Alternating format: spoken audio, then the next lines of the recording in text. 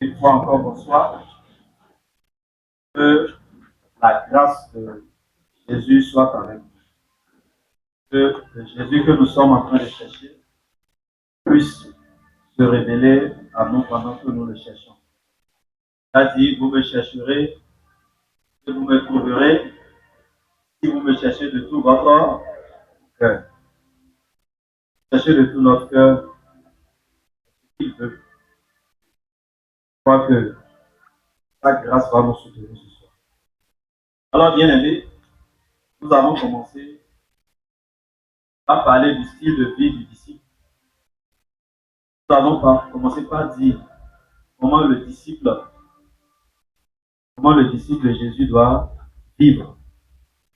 Et nous avons vu beaucoup de choses. Et en particulier, le dimanche passé, nous avons parlé des béatitudes.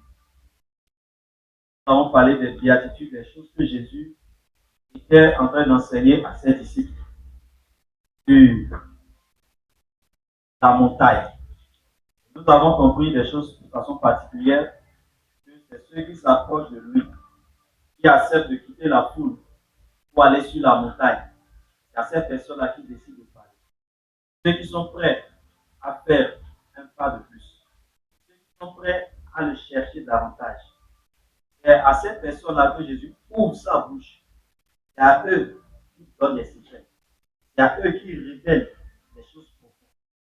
Et pour ma part, je crois que la vie chrétienne ne doit pas être une vie superficielle. Je veux que nous allons en profondeur. C'est à cette profondeur que nous sommes en train de venir. Je veux que ton cœur se dispose à chaque instant de telle manière que Dieu puisse t'amener en profondeur. Que tu ne sois pas un chrétien superficiel qui veut juste des trucs ordinaires que tout le monde fait. Non, tu dois aller au-delà de ça. Parce que c'est ton niveau de profondeur qui va déterminer ton niveau de cœur. C'est en fonction de la profondeur de la racine que l'arbre peut résister aux tempêtes. N'est-ce pas? C'est en fonction de la profondeur.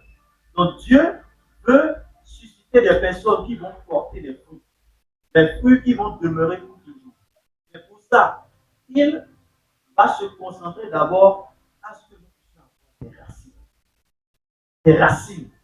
Et ma prière est que aucune pierre au-dedans de toi n'empêche la racine d'aller en profondeur. Parce que si la racine rencontre une pierre, elle ne peut plus continuer, n'est-ce pas? Donc il y a des pierres dans nos cœurs qui peuvent empêcher l'enracinement. Il y a des pierres, et c'est le travail que Dieu est en train de faire en ce moment.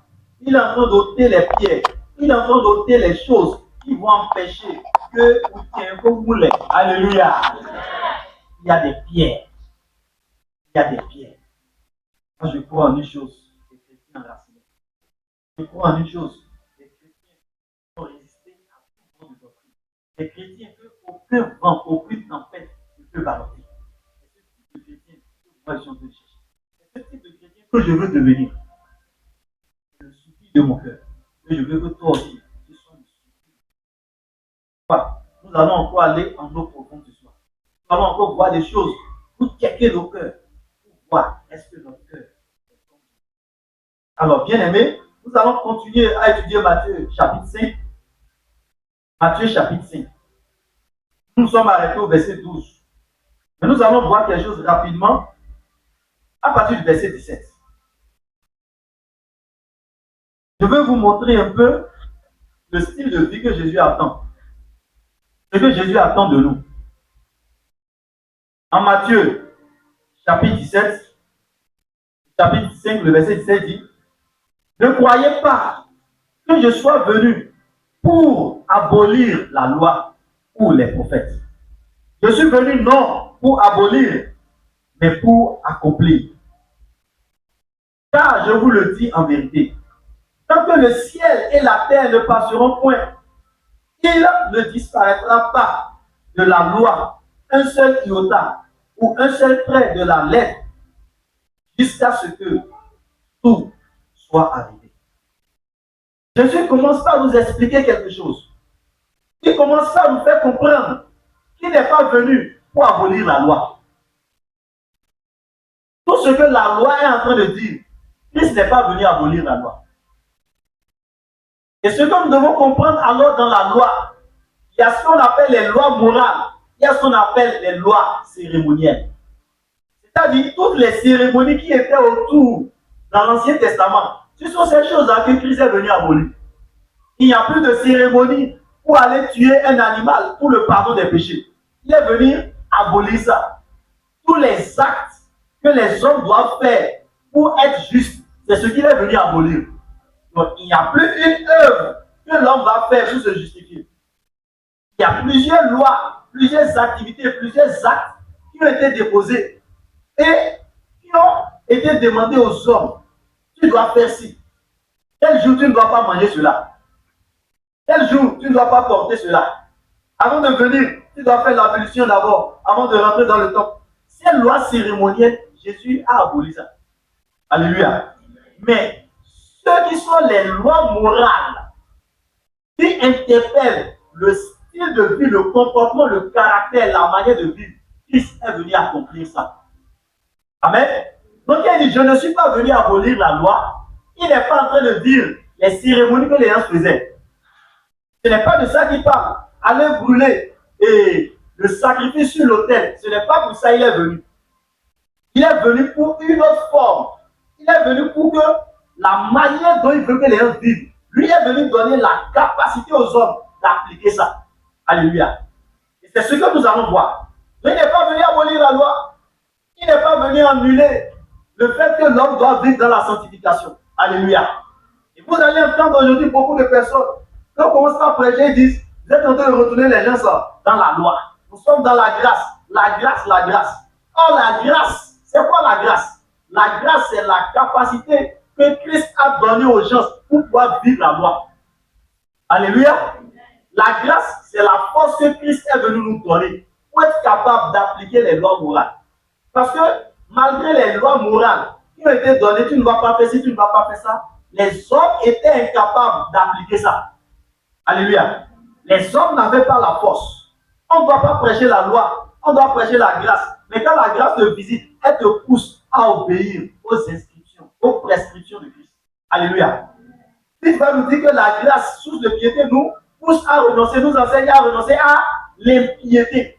Donc la grâce, elle te donne un enseignement. En fait, quand ça vient, ce n'est pas pour que tu vives comme tu veux. C'est plutôt pour que tu puisses te prendre plus au sérieux. Alléluia. La grâce te pousse à te prendre plus au sérieux. Parce qu'elle te donne une capacité. Elle te donne une force que tu n'avais pas. La loi ne donne pas la force. La loi révèle ton incapacité. Et puisque tu as connu ton incapacité maintenant, la grâce vient te donner la capacité de vivre selon que la loi demandait. Alléluia. C'est de ça qu'il s'agit. Alors Jésus dit, il n'est pas venu abolir la loi. Donc il y a des styles de vie qui sont dans l'Ancien Testament qu'on doit encore vivre. Parce que depuis l'Ancien Testament, remarquez que la Bible disait, soyez saints. N'est-ce pas? Même dans l'Ancien Testament, ça se disait bien. Dieu recherchait la sainteté de ses enfants, mais il n'avait pas encore la capacité.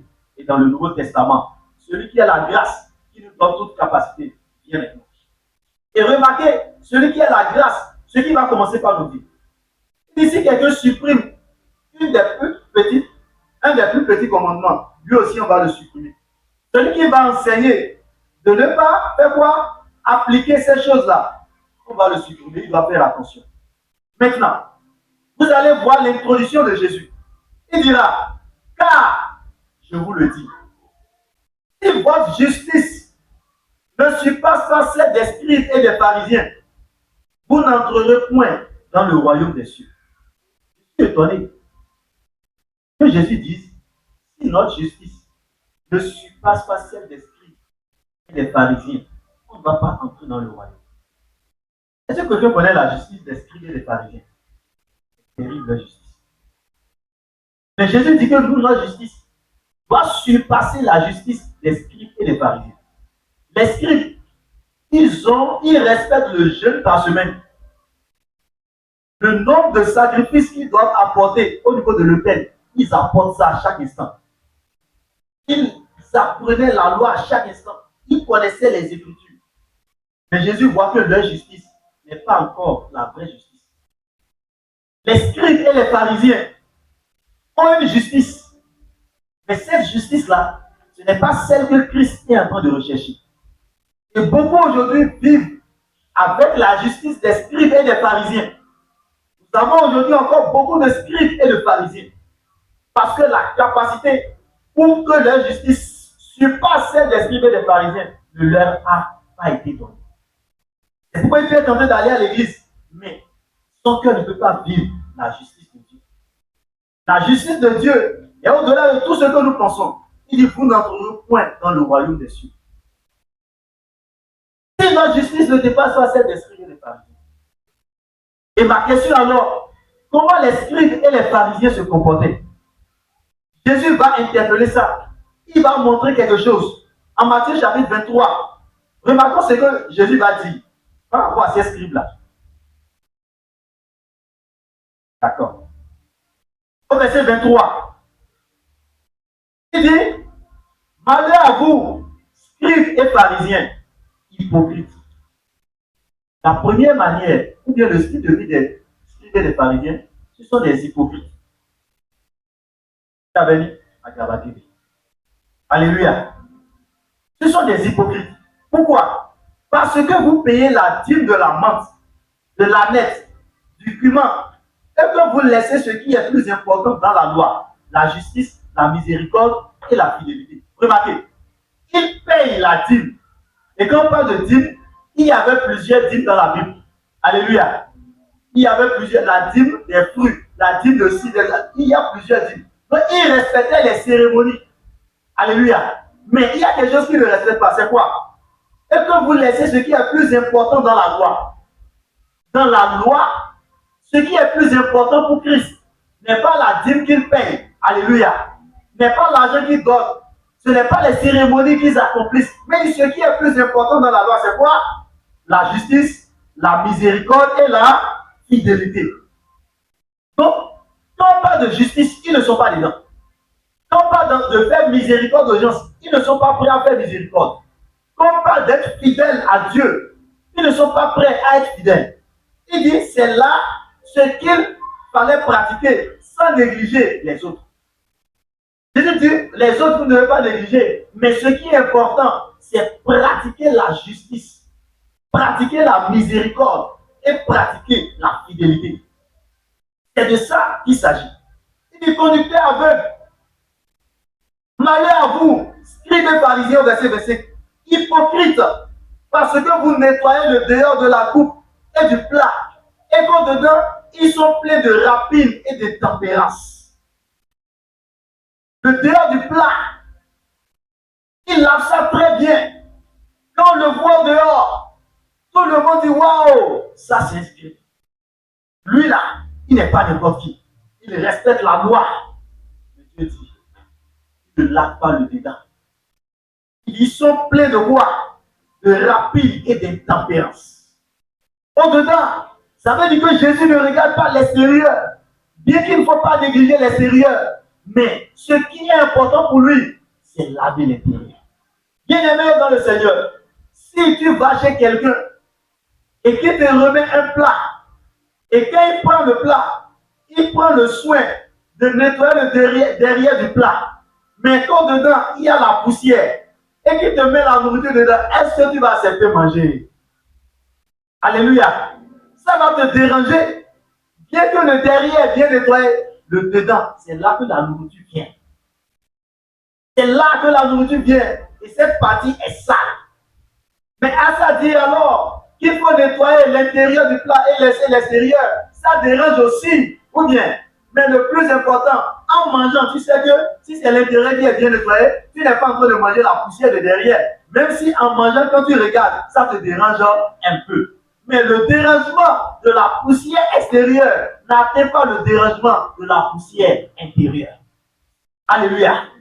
Hypocrite, rempli d'hypocrisie.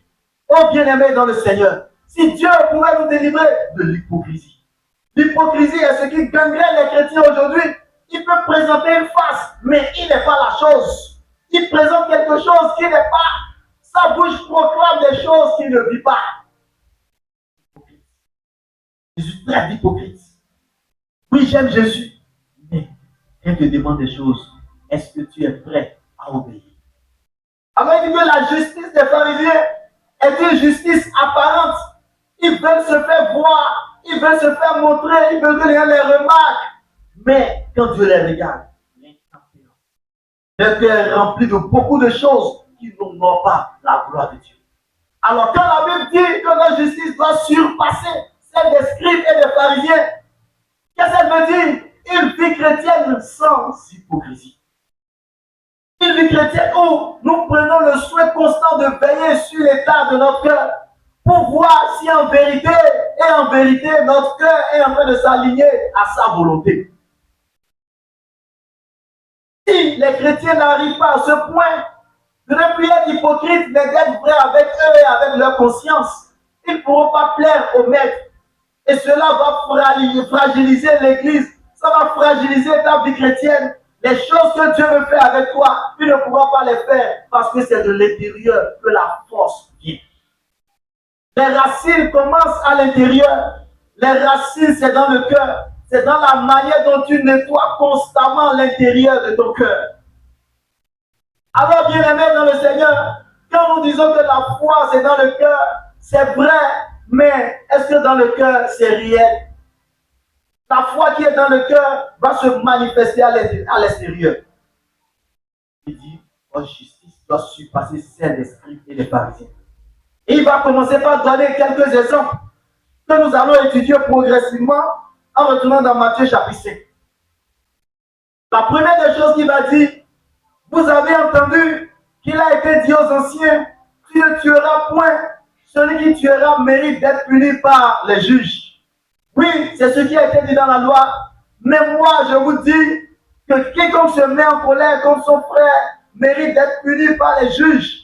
Que celui qui dira à son frère Raka mérite d'être puni par le Sanhédrin, et que celui qui lui dira insensé mérite d'être puni par le feu de la géhenne. La loi disait il ne faut pas tuer et la loi s'est arrêtée là. Mais quand Jésus vient avec la grâce, Jésus dit moi je veux que vous allez au-delà de ça. Vous n'allez pas tuer, mais même dans votre cœur, vous n'allez pas vous mettre en colère contre votre frère. Jésus vient traiter la source du maître. Avant que quelqu'un ne tue, c'est qu'il s'est mis en colère contre son second. N'est-ce pas? Avant qu'il ne tue, c'est que la jalousie est née dans son cœur. Pourquoi Caïn a tué Abel? C'est parce qu'il a commencé par jalouser Abel. C'est parce que l'offrande d'Abel a été acceptée au détriment de son offrande. Ça a commencé par faire quelque chose dans son cœur. Et après, la colère est venue dans son cœur. Alléluia. Donc Christ, au lieu d'enlever les fruits, il commence par aller à la racine du problème. Il dit non, ce n'est pas le meurtre qui est le problème. Avant que quelqu'un ne tue, il y avait quelque chose qui a commencé dans son cœur. Il a commencé par se mettre en colère contre la personne. Alors il dit ne te mets pas en colère, sinon tu as déjà commis le meurtre. Parce qu'avant que tu ne poses l'action, tu as pensé. Or, la pensée d'un homme dirige ses pas. L'action que nous posons vient de nos pensées. La pensée est plus forte que nos membres parce qu'une pensée commande tes membres. Gloire à Dieu. Il dit tu ne dois pas te mettre en colère. C'est pourquoi Dieu doit nous aider. Nous qui disons ma colère, c'est ton maître, ton maître. Gloire à Dieu. Il dit ne vous mettez pas en colère. Il va dire celui qui dira Raka, insensé, combien ne sommes-nous pas en train d'insulter à longueur de journée? Et j'aime la version parole de lui qui dit celui qui dira imbécile. La vie chrétienne est au-delà de ce que nous pensons. Les injures ne doivent pas sortir de nos bouches. Il dit si tu commences à insulter, on doit te juger devant le Sanhédrin. Et dans l'Ancien Testament, le Sanhédrin est constitué d'environ 70 personnes. Ce sont eux qui vont rester pour délibérer à ton sujet. Parce que tu as insulté un imbécile, Jésus dit, parce que tu as dit imbécile à quelqu'un, 70 personnes, tu vas venir te justifier devant eux. Mais combien de personnes n'avons-nous pas insulté? Si à chaque injure, on devait emmener 70 personnes, imagine le nombre de personnes devant qui tu dois rester pour te justifier. Il dit, tu n'as même pas le droit de dire imbécile. Tu n'as même pas le droit d'insulter ton second. C'est le type de vie chrétienne que Jésus veut que nous ayons. Pas de moquerie, pas d'injure, c'est ce qu'il attend de nous. Au point même d'aller tuer. Si donc tu présentes ton offrande à l'autel, et que là tu te souviens que ton frère a quelque chose comme toi, laisse là ton offrande. Laisse ton offrande et va d'abord te réconcilier avec ton frère. Puis, viens présenter ton offrande. Mais ces pharisiens peuvent avoir des problèmes avec les gens. Mais ils s'en foutent des problèmes qu'ils ont. Ils apportent leurs offrandes. Parce que pour eux, il faut que tout le monde voit qu'il a apporté son offrande. Mais pendant qu'il est en train de faire ça, Jésus sait qu'il a un problème avec quelqu'un, ou du moins quelqu'un a un problème avec lui. Il n'a pas pris le temps de régler le problème qu'il a. Il n'a pas pris le temps de faire la paix avec les gens. Mais il vient pour offrir l'offrande et tout le monde va voir que c'est lui qui a donné beaucoup d'argent. C'est elle qui a fait telle chose. C'est lui, c'est lui. Et comme nous sommes dans la politique de donner la gloire à celui qui a fait plus, ça commence par donner les gens à se gonfler. Parce que nous leur avons enseigné que c'est celui qui donne beaucoup, qui est reconnu de Dieu, alors qu'il n'est pas refusé de donner beaucoup, mais il faut bien vivre. Alléluia. Quand tu vis bien, ce que tu donnes est une offrande de bonne odeur aux yeux de Dieu. Ici, il y a quelque chose entre toi et ton frère. Combien de chrétiens ne sont pas dans les désaccords avec certaines personnes? Il y a du mal, vous êtes en train vous êtes méchant avec quelqu'un, ça ne va pas. Et tu es en train de tirer avec lui, tu l'as gardé dans ton cœur, tu as refusé de faire la paix, mais tu viens, tu adores Jésus, tu pries de tout ton cœur. Donc, laisse ton offrande d'abord. Dieu que l'offrande soit importante pour l'autel, mais pour moi, ta vie et ton âme sont plus importantes. Parce que l'offrande, si tu meurs, l'offrande ne va pas te suivre. Alléluia. L'offrande est importante pour la maison de Dieu. Ton argent est important pour faire des choses. Mais si ta vie n'est pas en adéquation avec la parole de Dieu, il y a un problème. Ce soir, je voudrais que quelqu'un aille faire la paix avec celui avec qui il ne s'entend pas. Tu ailles faire la paix. Autant que cela dépend de toi, va faire la paix. Va faire la paix dans ton cœur. C'est ce qu'il attend de nous. L'obéissance vaut mieux que les sacrifices. Bien-aimé dans le Seigneur, il faut d'abord obéir avant de faire les sacrifices.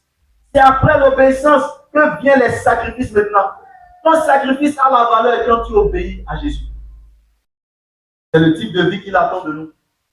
C'est ce que notre maître veut. Et ces pharisiens ne faisaient pas ça. Ils peuvent être en querelle avec les gens, mais ils s'en foutent. Va parler à quelqu'un, il s'en fout. Il dit, accorde-toi promptement avec ton adversaire pendant que tu es en chemin avec lui. De peur qu'il ne te livre au juge, que le juge ne te livre à l'officier de justice et que tu ne sois mis en prison. Accorde-toi. Dieu veut que nous ayons des accords. Autant que cela dépend de toi, accorde-toi et les gens.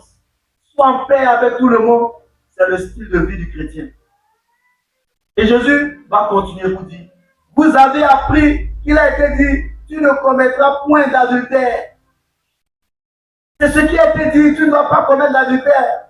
Mais moi je vous dis, quiconque regarde une femme pour la convoiter a déjà commis un adultère avec elle dans son cœur. Remarquez que Jésus prend le temps de préciser quelque chose qui l'intéresse, le cœur. Il dit que ne commettez pas l'adultère, c'est ce que la Bible dit, oui, mais moi je vais au-delà de ça. Je vais au-delà de ce que la loi dit. Même si tu regardes une femme d'autrui et que tu commences par la convoiter dans ton cœur, tu as déjà commis l'adultère. Dans ton cœur, tout ce qui commence dans le cœur, ça doit être déjà tué dans le cœur. Alléluia. Ce que tu regardes est très important. Alléluia. Ne soyez pas distrait. Non, il faut suivre ce qui tombe. Alléluia. Si on peut nous dire une chose. Alléluia. Mais moi, je vous dis, quiconque regarde une femme pour la convoiter a déjà commis une adultère avec elle dans son cœur. Tu ne commettras point d'adultère. Combien sont remplis d'adultère dans les enfants? Alléluia. Et on donne même de fausses. Combien ne sont pas dans l'adultère, dans la fornication, dans l'impudicité, et personne n'en parle. L'adultère est tapis, la fornication est tapis, et personne n'en parle. C'est devenu comme la règle d'or. Parce qu'on ne veut pas perdre les gens. Alléluia. Si c'est à cause de la prédication contre la fornication que tu vas partir, alléluia. Hasta la vista. Tu es la valise. Gloire à Dieu. Parce que nous ne sommes pas en train de chercher à plaire à quelqu'un. On veut plaire au roi des rois. Ton âme est plus importante que tout. Parce qu'au dernier jour, il va demander l'âme, le sang. Est-ce que tu lui as dit ce que tu devrais lui dire? Est-ce qu'elle sait? Est-ce qu'il sait? Alléluia. C'est pas nous ne sommes pas dans la politique de l'effectif, nous sommes dans la politique de la qualité. Alléluia. Parce que la qualité peut aller loin, l'effectif, ça peut stagner. Gloire à Dieu. L'adultère, la Bible n'est pas d'accord avec. Il dit, et ça on vous a dit. Mais moi je vous dis, même si dans ton cœur tu commences pas à jeter les choses, Jésus prend soin de ton cœur. Il veille sur l'état de ton cœur. Là où personne ne voit, lui regarde. Ce que tu penses dans ton cœur. Vous voyez que les exigences de Jésus sont dessus des exigences de la loi. Ou bien vous n'avez pas remarqué ça. Dans la loi, c'est que si personne ne voit ce qu'il y a dans ton cœur, il n'y a pas de souci. Mais Jésus, il dit même dans ton cœur. C'est pourquoi, pour montrer aux disciples que lui connaît plus que ça, ils peuvent rester là automatiquement. Il dit, pourquoi vous avez cette pensée? Il leur montre qu'il connaît même la pensée qui est dans leur cœur. Gloire à Dieu. Jésus manifestait la parole de connaissance. Il peut être en train de discuter, il dit, pourquoi vous avez cette pensée?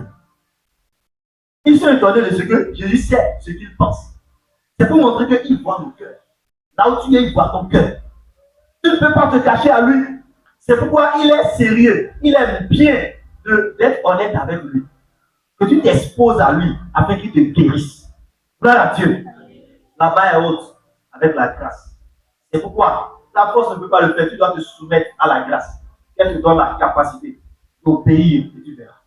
Il va purifier ton cœur. Il dit, dans ton cœur, tu as déjà commis la vérité. Dans ton cœur. Parce que ça commence du cœur. Le dimanche passé, nous avons vu ça. Dans Matthieu, il dit d'où viennent toutes ces choses-là? C'est du cœur. Le cœur de l'homme. C'est là la base de tous les problèmes que nous sommes en train de voir. Les cœurs sont durs, les cœurs sont tortueux, les cœurs sont remplis de mauvaises choses. Garde ton cœur plus que tout. Car de là viennent les sources de la vie. Et là, la source. Si la source est polluée, tout sera pollué. Nous sommes là, dans cette série d'enseignements, pour veiller à la source. Pour que notre source soit pure. Une source pure. Parce que je sens comme il y a de l'eau qui veut jaillir. Alléluia. Il y a de l'eau qui veut jaillir. Il y a quelque chose que Dieu veut sortir de toi. Mais il faut que la source, qui est ton cœur, soit bien. Hein? Il faut que tout soit tamisé. Il faut qu'on enlève tout. Tout est faux raisonnement. Des choses qui ne sont pas bibliques dans ton cœur. Christ va ôter ça. Quand il va ôter, tu n'auras plus de foi à faire. Tu vas avoir des résultats sans précédent. Il dit, il a déjà commis un adultère avec elle dans son cœur. L'adultère commence dans le cœur. La fornication commence dans le cœur. Tout commence dans le cœur. C'est pourquoi ce soir, quelqu'un va exposer son cœur à Jésus. Pour dire, Jésus, viens à mon secours. Et au lieu de s'arrêter là, Jésus va aller de l'avant. Si ton œil droit est pour toi une occasion de chute, arrache-le et jette-le loin de toi. Car il est avantageux pour toi que seul de tes membres périssent et que ton corps entier ne soit pas jeté dans la géhenne. Et si ta main droite est pour toi une occasion de chute, coupe-la, alléluia, et jette-la loin de toi. Car il est avantageux pour toi que seul de tes membres périssent, que ton corps entier n'aille dans la géhenne. Qu'est-ce que Jésus veut dire par ce passage? Est-ce qu'on ne doit pas amener le couteau ici pour couper nos bras? Quelqu'un m'a posé une fois la question du nom. Il faut pas aller prendre le couteau pour couper ton bras ou bien mettre quelque chose dans ton œil qui te blesse. Ce n'est pas de ça qu'il s'agit. Alléluia. Un jour, un enfant a entendu ça si on te gifle sur la joue droite, dans la joue gauche. Et comme elle a réussi ça à l'école dimanche, automatiquement, un de ses amis l'a giflé. Gifle-moi ici, gifle-moi ici. L'autre a dit non, tu dois me gifler ici. Alléluia. Ouais, elle vient appliquer la parole. Qu'est-ce que la Bible est en train de dire? La Bible est remplie de figures de style. Et ici, la figure de style qui a été utilisée est appelée l'hyperbole. L'hyperbole, c'est exagérer sur un fait pour pouvoir attirer l'attention d'une personne afin que tu saisisses la parole. Alléluia. C'est ça l'hyperbole, l'exagération dans un fait. Quand on exagère, ça attire ton esprit. Et quand ton esprit est attiré maintenant, tu reçois la révélation cachée. C'est ce que Jésus était en train de faire. Qu'est-ce qu'il veut dire? Il était en train de montrer ce qui est plus important d'abord. Alléluia.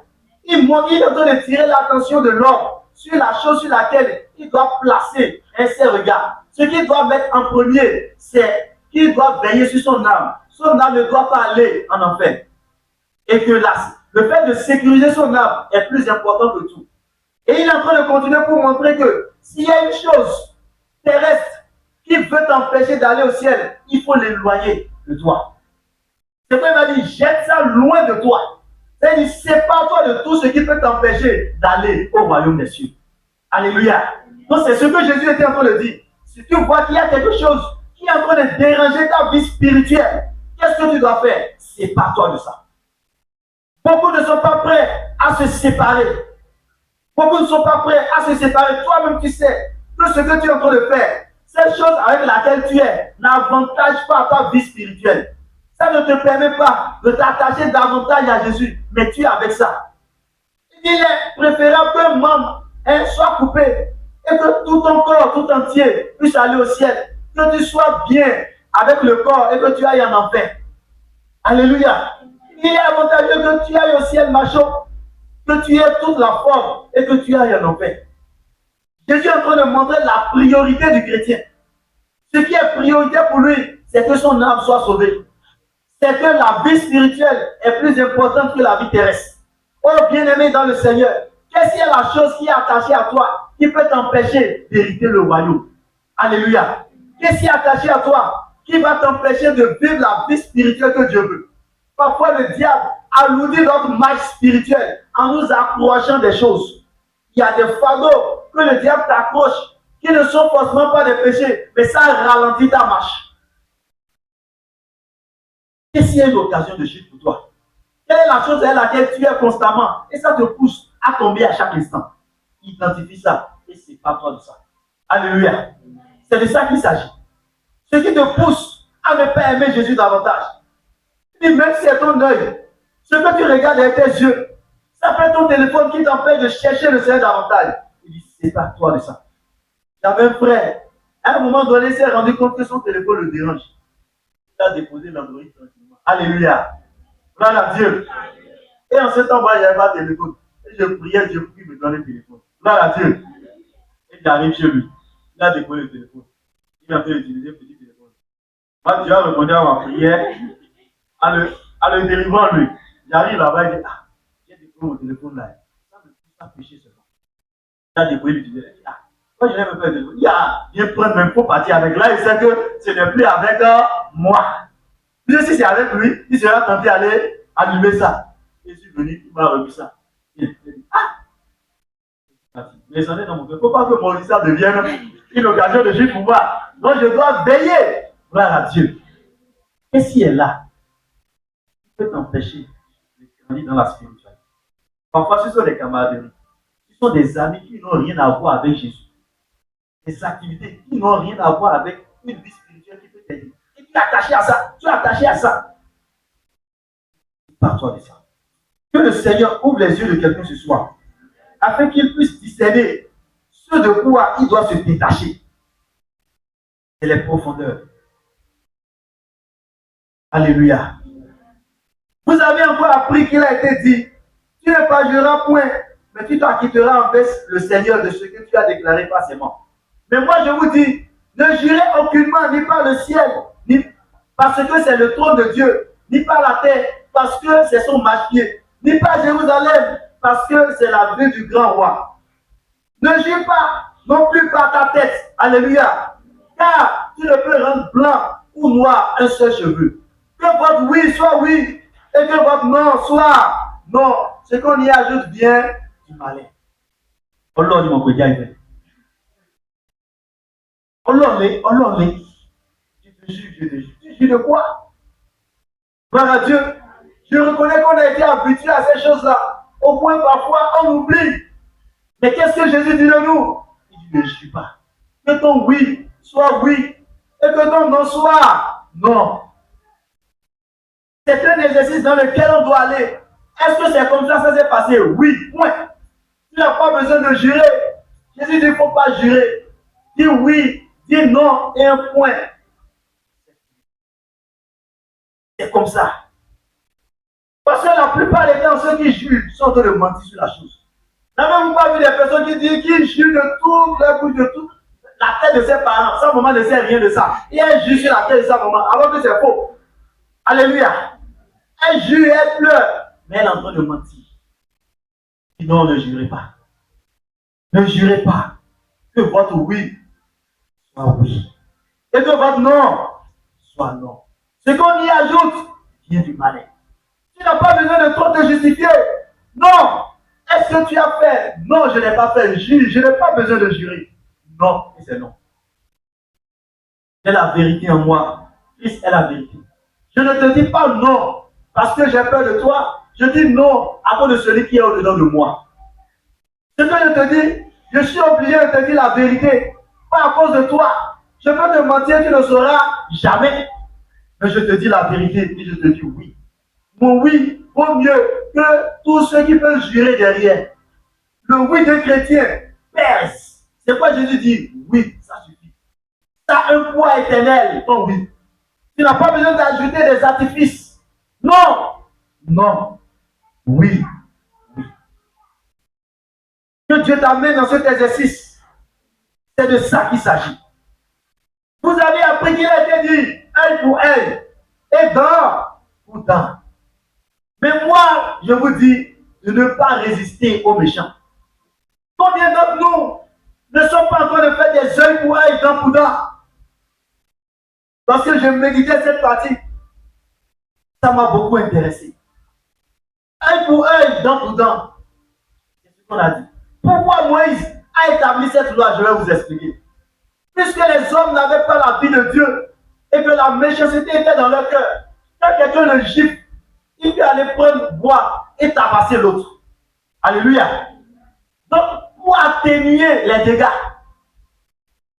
parce que celui qui a plus de force, quand on prend une lame pour le couper un peu, lui dira pour le couteau pour poignarder, et il n'y a pas égalité de justice. Alors Moïse va dire désormais, si quelqu'un te frappe sur l'œil, c'est l'œil qu'il faut frapper. Alléluia. En fait, c'est ce que Jésus, Moïse était en train d'atténuer les dégâts. Quelqu'un comprend maintenant là? Il atténuait les dégâts. Parce qu'on peut gifler quelqu'un sur une joue. Il va prendre la personne, mettre sous ses pieds, en train de lui donner des coups de poing à un point fini. Et ça crée d'autres dégâts. Moïse dit désormais, œil pour œil, dent pour dent. Si dans la bagarre, il t'a donné un coup de poing dans la bouche, et que c'est une dent qui est sortie, toi-même, il va s'arrêter. Tu lui donnes un coup de poing, et c'est la dent que tu enlèves. Alléluia. Gloire à Dieu. Donc, en fait, c'est ce que Moïse était en train de dire. S'ils ne le comprennent pas, ils pensent que c'est la vengeance. Moïse était en train d'atténuer les dégâts. Il ne veut pas que les dégâts soient grands. Il a se tuer au nom de ces choses. Parce qu'il a plus de force, donc il fait un peu, il le poursuit et il tue la personne. Tu n'as pas eu ce qu'il m'a fait, tu n'as pas eu ce qu'il m'a fait, je l'ai tué, c'est fini. C'est pourquoi Moïse a dit, donc c'était une loi pour cadrer les choses. Et Grâce nous explique que la loi a été donnée comme un pédagogue pour quadriller le temps que la grâce le vienne. Alors Jésus va dire, pendant qu'on vous dit œil pour œil, moi je vous dis, ne résistez pas aux méchants. Mais est-ce que nous ne résistons pas aux méchants? Alléluia.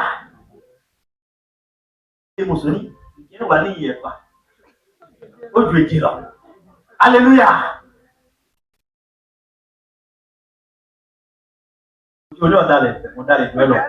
Alléluia. Donc c'est ce que Jésus était en train de refuser. Il dit ne résiste pas aux méchants. Mais nous voulons montrer aux méchants que je suis plus que toi. Je vais te montrer que c'est mon papa qui m'a touché. Combien de fois ne sommes-nous pas en train de résister aux méchants? On a envie de démontrer que ce n'est pas parce que je suis bête que j'accepte ça. Je vais te montrer de quel bois je me chauffe et de quel parfum je m'en fous. Nous sommes en train de résister. Nous ne sommes pas prêts à faire miséricorde. Si quelqu'un te frappe sur la joue droite, présente-lui aussi la joue, l'autre joue. Toujours une fille de style pour nous montrer de ne pas résister aux méchants. Alléluia. C'est ça la vie chrétienne. La capacité à ne pas payer à l'autre le mal qu'il nous a fait. La capacité, tu es dans ton droit légal. Ce que la personne t'a fait est mauvais. Et si tu payes à la personne, tous les gens du monde vont dire tu as raison. Tous les religieux diront tu as raison. Et même celui à qui tu fais la réplique, il va dire oui, il a raison. Parce que c'est moi qui lui ai fait le mal en premier. Jésus dit non. Dans mon royaume, ça ne se passe pas comme ça. Oh, le royaume de Dieu. La grâce, la justice de Jésus. Dis non, ne résiste pas. Ne résiste pas. Ne paye pas mal pour mal. Ne fais pas ça. La capacité d'avoir la tempérance. Pendant qu'il attend que tu agisses, ou du moins réagisses, toi, tu ne réagis pas. Parce que le plus fort, ce n'est pas celui qui réagit. Le plus fort, c'est celui qui reste calme. Le plus fort, c'est celui qui a la capacité de maîtriser sa colère. Le plus fort, c'est lui. Le plus fort, ce n'est pas celui qui réagit en retour. Parce que la vraie force, c'est maîtriser, avoir la tempérance pour ne pas faire ce que les gens attendent de toi. Ce que tu aurais pu faire légalement. Parce qu'il est difficile de contrôler la colère, n'est-ce pas? Tu veux donner un coup de poing. Tu as la force pour le faire. Mais tu dis non, je ne le ferai pas. À cause de la vie qui est en moi. Il marchez selon l'esprit et vous n'accomplirez pas les désirs de la chair. Si quelqu'un veut plaider contre toi et prend ta tunique, laisse-lui encore ton manteau. Il pense te taquiner, mais tu fais comme si de rien n'était. Alléluia. J'ai compris que c'est l'une des plus grandes stratégies de Dieu pour prendre notre combat. Si quelqu'un te force à faire 1000, fais-en 2 avec lui. Fais-en 2 avec lui. Et je crois que ça viendra jusqu'à ce point où quelqu'un te doit. Tu as réclamé ta dette fatiguée, ne veut pas payer, tu décides de lui laisser ça. Et tu ne le maudis pas en retour. Et Dieu va prendre ta vengeance. Est-ce que je dis de ne pas réclamer sa dette? Réclame, mais si tu vois que la personne ne veut pas donner, laisse et confie le reste à Dieu. Gloire à Dieu. Et tu verras que ce silence est plus fort que les réclamations. Quand la personne te voit, elle sera dérangée. Même si tu ne parles pas. Alléluia. Œil pour œil, dent pour dent. Il dit non, ce n'est pas comme ça que vous allez faire ça. Moi, je vais vous enseigner une autre manière de le faire. Et j'aime ce que Paul va nous dire à la lettre aux Romains, en Romains chapitre 12, le verset 14. Il dit, bénissez ceux qui vous persécutent. Gloire à Dieu. Bénissez ceux qui vous persécutent. Bénissez et ne maudissez pas. Quelqu'un te persécute, mais Jésus dit de ne pas le maudire, de le bénir. Combien de fois on n'a pas maudit les gens au nom d'une persécution? Il dit bénissez et ne maudissez pas. C'est de ça qu'il s'agit. C'est ça la profondeur. C'est là que notre justice va surpasser celle des scribes et des pharisiens. Lorsque tu as le droit de maudire et tu dis non, je ne vais pas maudire. Il dit ne rendez à personne mal pour mal. Recherchez ce qui est bien devant tous les hommes. Nous sommes au verset 17. Si est possible, autant que cela dépend de vous, soyez en paix avec tous les hommes. À chaque instant, Dieu veut que toi, tu sois en paix. Si ça ne dépend de toi, l'autre peut être en train d'avoir des choses comme toi, mais toi, tu décides de ne rien avoir avec lui. Même si vous n'êtes plus ensemble, toi, tu ne gardes rien contre la personne. Alléluia. Il dit, ne vous vengez point vous-même, bien-aimés, mais laissez agir la colère, car il est écrit, à moi la vengeance, à moi la rétribution, dit le Seigneur. Ce n'est pas à nous de nous venger, c'est à Dieu de nous venger. Alléluia. Si tu veux te venger, tu vas le faire à ta manière, mais Dieu a une bonne manière de te venger. Il dit, laissez agir la colère. Ne vous vengez point vous-même. Ne te venge pas toi-même. Permets à Dieu de te venger. Alléluia. Quand Dieu te venge, c'est sans précédent. Quand Dieu prend la bataille, c'est lui qui le fait. C'est lui qui le fait. Il dit, mais si ton ennemi a faim, donne-lui à manger. Alléluia. S'il a soif, donne-lui à boire. Car en agissant ainsi, ce sont des charbons ardents que tu amasses sur sa tête. Comment donner l'eau à quelqu'un? Jésus appelle ça du charbon. Regardez le langage biblique de Jésus. Il dit, s'il a faim, donne-lui à manger. S'il a soif, donne-lui de l'eau. Il dit, quand tu fais ça, c'est un charbon que tu en te mets sur lui. Pendant que toi, tu vois l'eau, lui, il voit un charbon. Lui, il voit un charbon. Il a faim dans lui. Si quelqu'un te critique, si quelqu'un a la haine vers toi, fais-lui du bien. Alléluia. L'une des manières de casser les gens, c'est leur faire du bien pendant qu'ils sont en train de te persécuter. Pendant qu'ils veulent ton mal, ils voient que toi, tu ne veux pas le mal. Pendant qu'ils parlent mal de toi, toi, tu lui fais du bien. Tu as tenu ça. Wow. J'ai appris ça d'un secteur de Dieu. On a commencé par le critiquer partout. Il regarde les églises qui le critiquent là. Il achète. Il peut acheter chaise pour aller leur donner. Alléluia. Il sait qu'on parle mal de lui. Il sait que ceux-là ne sont pas d'accord avec lui. Il est très critiqué dans le monde entier. Et il voit de faire une il peut acheter. Il sait très bien que les gens là ne l'aiment pas. C'est l'une des stratégies pour atténuer l'ennemi. Alléluia. C'est une des manières pour casser ton ennemi. Si c'est que ta voisine ne t'aime pas, le jour de son anniversaire, offre-lui un gâteau. Alléluia. Offre-lui quelque chose. Pendant qu'elle pense que tu as quelque chose contre elle, toi tu n'as rien. Ton cœur est libéré. C'est le type de fille que Dieu veut chez les chrétiens. Moi, je ne conçois pas que les gens soient dans une même communauté et ne s'entendent pas. Puis encore dans une même chorale. Au nom de quoi? Non, non, non. Ce n'est pas la vie chrétienne. Ce n'est pas ça la vie chrétienne. Ça doit devenir une famille où on s'entend. Et même s'il y a un problème, on résout ça. Pardonnez-vous réciproquement. Et on cherche les avantages de la famille. Bénissez, ne maudissez pas. Ton ennemi a faim, donne-lui à manger. Est-ce que quelqu'un est prêt à donner à manger à son ennemi? Est-ce que quelqu'un est prêt à donner de l'eau à son ennemi? Je sens dans mon cœur comme il y a des personnes ici qui ont des ennemis. Qui ont des gens avec qui ils ne veulent même pas. Tu ne veux pas entendre son nom. Alléluia. Quand tu entends son nom, ton cœur fait, ton ventre fait boulou, boulou, boulou. On est ensemble là. Tout ton ventre fait comme ça. Tu te rappelles de certaines choses. Tu ne sais pas ce qui m'a fait. Tu ne sais pas ce qui m'a fait. Et parfois tu dis tu pardonnes. Mais tu n'as pas réellement pardonné. Alléluia. Tu n'as pas réellement pardonné. Tu dois pardonner. Et ton cœur doit être en paix. L'un des signes que tu as vraiment pardonné, c'est quand tu te rappelles de la chose, ça ne te fait plus mal. Pardonner, ce n'est pas oublier. Alléluia. Nous sommes des hommes, on a un souvenir, n'est-ce pas? Tu peux te rappeler, mais quand tu te rappelles, tu ne sens plus la douleur. C'est ça qui veut dire que tu as réellement pardonné. Mais quand tu sens encore la douleur, il y a le problème. Quand tu sens la douleur, quand la personne sera en danger, tu ne vas pas l'aider. Et parfois, mais quand tu aides, c'est pour te montrer qu'il n'y a rien, il a fait ça. Te montrer que moi je ne suis pas comme toi. Du moment où tu dis ça, ça veut dire qu'il y a quelque chose encore. Gloire à Dieu. Que le Seigneur vienne à notre secours. Qu'il nous enseigne la vraie vie chrétienne au nom de Jésus. Il dit ne laisse pas vaincre par le mal, mais surmonte le mal par le bien. Que Dieu a dit à Caïn. Il dit ne te laisse pas vaincre par le péché qui est à ta porte. Nous devons vaincre le mal par le bien. Comment allons-nous vaincre? Par la puissance du Saint-Esprit. Le Saint-Esprit a toutes les capacités pour nous aider. Donne à celui qui te demande et ne te détourne pas de celui qui peut emprunter de toi. Si tu as la capacité d'aider, Dieu dit qu'il faut aider. C'est ça la vie.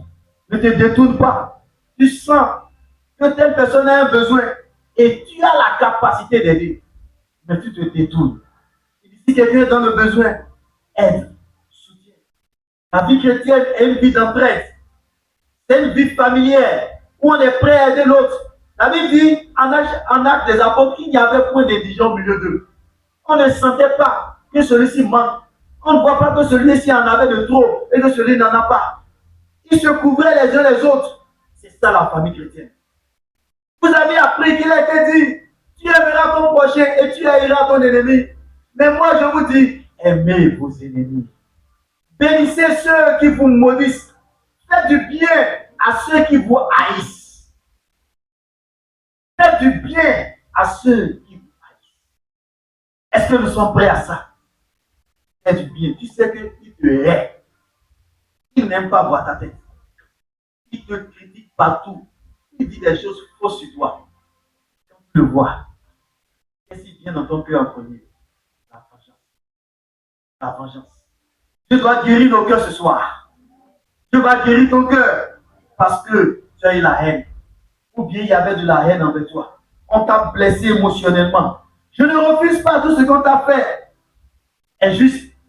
Je ne refuse pas plutôt que c'est injuste, que ce n'est pas injuste. Je sais que la personne t'a fait du mal. Mais Jésus dit, ne paye pas le mal pour le mal. Fais du bien en retour. Aime ton ennemi. Bénis ceux qui te maudissent. Est-ce que quelqu'un peut accepter ce soir, aller dans la prière et appeler un les noms de ses ennemis. Des personnes avec qui tu ne t'entends pas, avec qui tu as eu des choses, jusqu'à maintenant ça ne va pas. Tu vas mettre son nom devant toi et prier pour lui. Est-ce que tu peux prier pour lui ce soir? Est-ce que tu peux prier pour elle ce soir pour dire, Théodore, je prie pour toi. Tu m'as fait du mal, je décide de pardonner. Seigneur, bénis-le.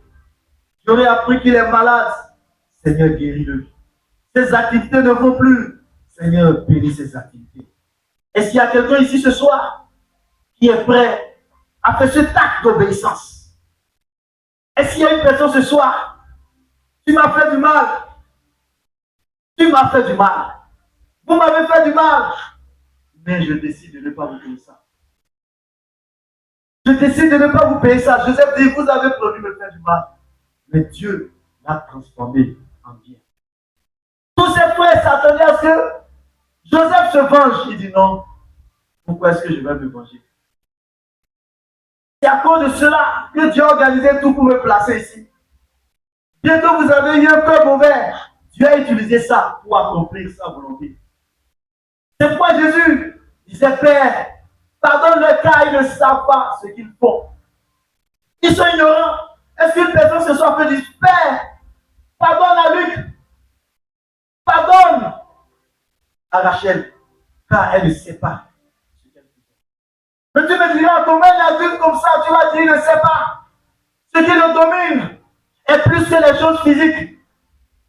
Spirituellement, il est dérangé. C'est la nature dedans de lui qui le pousse à agir comme ça. Ce soir, je voudrais voir des personnes qui vont décider de pardonner, qui vont décider de prier pour dire, Seigneur, bénis cette personne. Je refuse de le garder dans mon cœur. Bénis-le, bénis-le, bénis-la, bénis cette personne. C'est de ça qu'il s'agit. Même si nos chemins ne sont plus ensemble, bénis-le. Je lui souhaite le meilleur. Ne souhaite pas le mal à la personne, parce qu'il n'y a plus rien qui vous unit. Bénis la personne. Prie pour elle. Prie qu'elle évolue. Prie que la personne rencontre Jésus, qui va la transformer. Parce que si elle continue de cette manière, sa vie sera un désastre. Qui est prêt ce soir à prier pour l'autre? Nous avons longtemps prié pour nous-mêmes, mais ce soir, tu vas prier pour la chaîne. Ce soir, tu vas prier pour Théodore. Ce soir, tu vas prier pour ton papa. Ce soir, tu vas prier pour ta maman. Tu vas prier pour ton oncle. Tu vas prier pour ta soeur. Tu vas prier pour ton grand frère, pour ton petit frère, pour ton ami de classe qui t'a fait quelque chose, pour ton collègue. Ce soir, c'est le moment de prier, de vider son cœur, de libérer son cœur, parce que ces choses empêchent que les racines puissent s'enfoncer. Ça empêche. Oui, on a menti sur toi, et ça a gâté ta réputation, mais est-ce que tu peux pardonner? Jésus, on a dit des choses fausses sur lui. Ce qu'il n'a jamais dit, on a dit qu'il a fait ça. Mais lorsqu'il mourait, il dit, Père, pardonne-leur, car ils ne savent